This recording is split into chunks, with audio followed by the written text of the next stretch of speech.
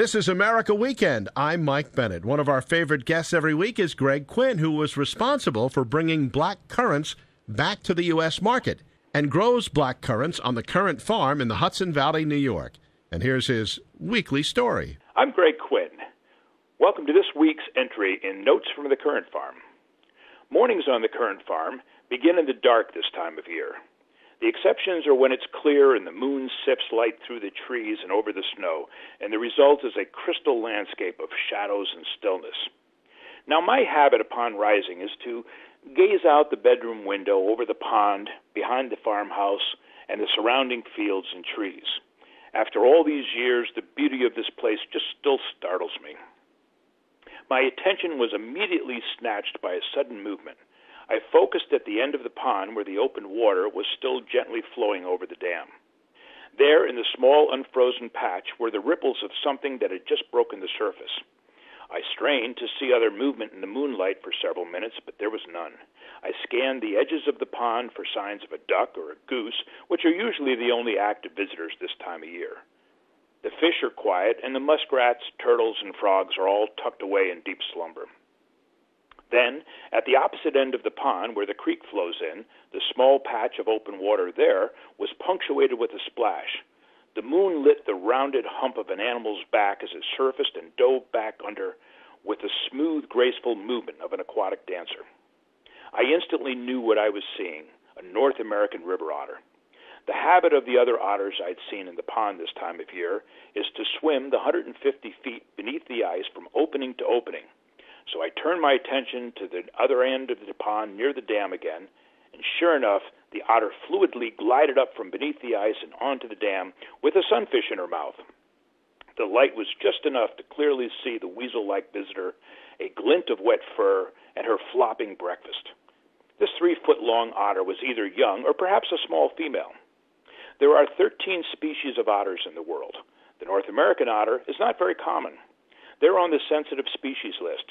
They can be found throughout most of the country except for the Southwest, but their numbers dramatically declined in the 50s to the 80s because of a loss of habitat and pollution. Now, they're at the top of the food chain. Their position is called biomagnification, which simply means whatever environmental problems exist in the species they eat are magnified. Contaminants in waterways are ingested by aquatic animals such as snails, mussels, and insects, and then these are consumed by fish, and the river otter eats all of them. Fortunately, waterways are becoming cleaner. We've made a lot of mistakes with the environment, but I believe things are getting better as more people become aware of environmental issues. To understand the problem, it's important to understand a little bit of the science. The otter sitting on the dam was thinking about none of this as she munched on her sunfish breakfast.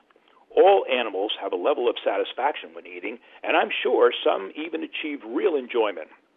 I know Coco, my lab, does when I pour some chicken drippings on her food.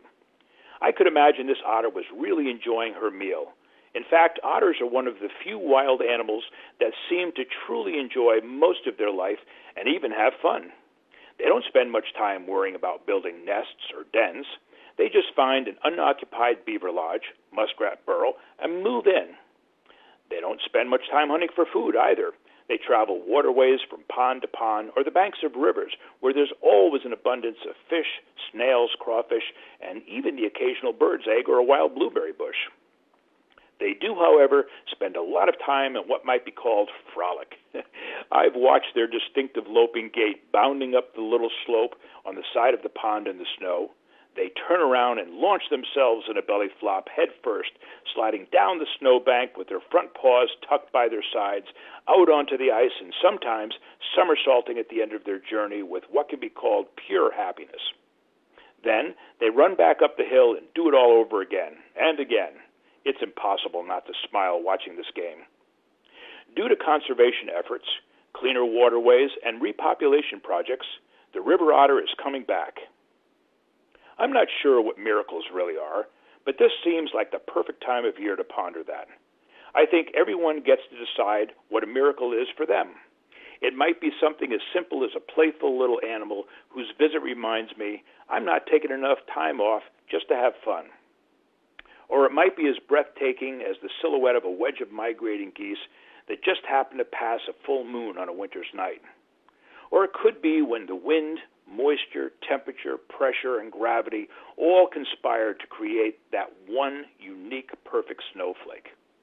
It might be when the friend unexpectedly shows up when you need them most, or the birth of the perfectly innocent child who at that very moment possesses infinite promise. Here on the Currant Farm, I'm awash in science and miracles, and I find no conflict between the two. To hear this entry again, and past editions of Notes from the Currant Farm, and to learn about what real currants are, visit currants.com. I'm Greg Quinn, and from the Currant Farm, I send you the warmth of good wishes for the season of miracles. And with Greg Quinn, I'm Mike Bennett for America.